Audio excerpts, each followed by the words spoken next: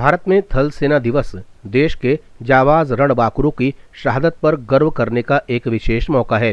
15 जनवरी 1949 के बाद ही भारत की सेना ब्रिटिश सेना से पूरी तरीके से मुक्त हुई थी।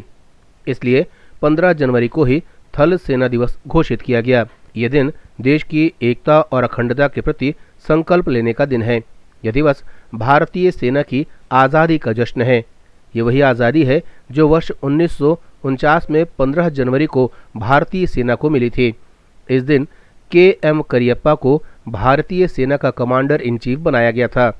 इस तरह लेफ्टिनेंट करियप्पा लोकतांत्रिक भारत के पहले सेना प्रमुख बने थे। इसके पहले यह अधिकार ब्रिटिश मूल के फ्रांसिस बूचर के पास था और वह इस पद पर रहे थे। वर्ष 1948 में सेना में तकरीबन 2 लाख सैनिक ही थे, लेकिन अब 11,30,000 भारतीय सैनिक थल सेना में अलग अलग पदों पर कार्यरत हैं। देश की सीमाओं में चौकसी करने वाली भारतीय सेना का गौरवशाली इतिहास रहा है।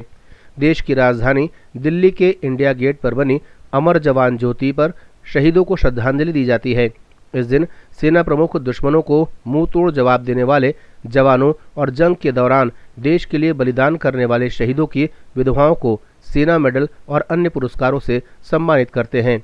हर वर्ष जनवरी में थल सेना दिवस मनाया जाता है और इस दौरान सेना अपने दमखम का प्रदर्शन करने के साथ ही उस दिन को पूरी श्रद्धा से याद करती है, जब सीमा पर वर्ष के 12 महीने जमे रहकर भारतीय जवानों ने समस्त देशवासियों के साथ साथ देश की रक्षा भी की थी। दिल्ली में आयोजित परेड के दौरान अन्य देशों के सैन्य अतिथियों और सैनिक परिवार वालों को बुलाया जाता है। सेना इस दौरान जंग का एक नमूना पेश करती है और अपनी प्रतिक्रिया, कौशल और रणनीति के बारे में बताती है।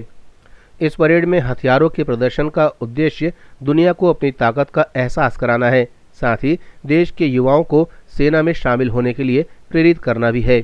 थल सेना दिवस पर शाम को सेना प्रमुख चाय पार्टी आयोजित करते हैं, जिसमें तीनों सेनाओं के सर्वोच्च कमांडर, भारत के राष्ट्रपति, प्रधानमंत्री और उनके मंत्रिमंडल के सदस्य शामिल होते हैं। ब्यूरो रिपोर्ट, जनता से रिश्ता।